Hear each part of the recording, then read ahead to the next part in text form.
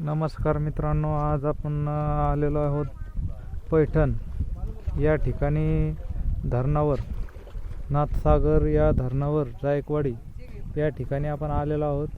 तर मित्रांनो, या ठिकाणी आपण जे मासे पकडणारे जे लोक आहेत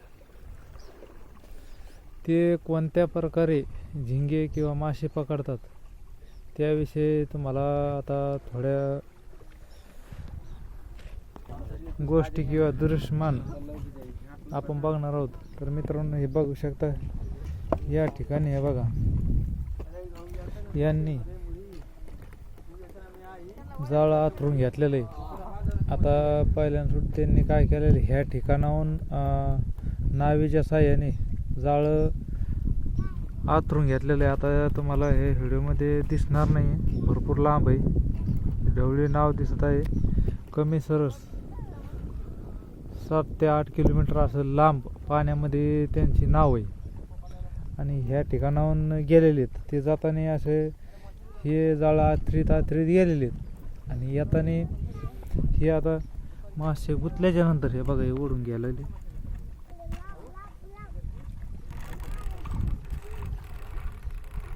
या प्रकारे ओढून घ्यायला आलेली.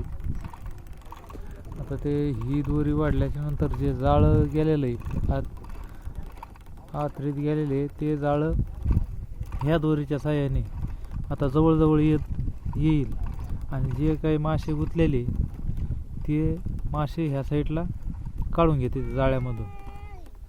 ह्या प्रकारे धरणामध्ये मासे पकडण्याचं हे त्यांचं साहित्य आणि हे दिनक्रम त्यांचा चालतो.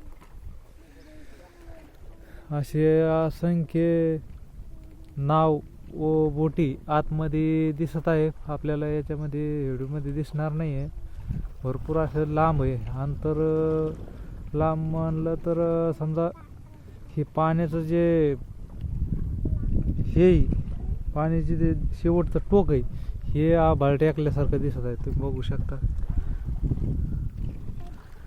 आपल्याला साईट असे झाडं किंवा काहीच दिसत नाही आहे, पूर्ण असं भरलेलं आहे. आणि त्याच्यामध्ये हे मासे धरणारे लोक भरपूर लांब असे जातात व त्यांचा मासे धरण्याचा दिनक्रम हा चालू राहतो. तर ते तुम्हाला आता ते जाळं ह्या ठिकाणी यायला 1 ते 1.5 घंटा लागतो. त्यांना विचारलं आपण, तर हे आपण तुम्हाला दाखवू शकत नाही.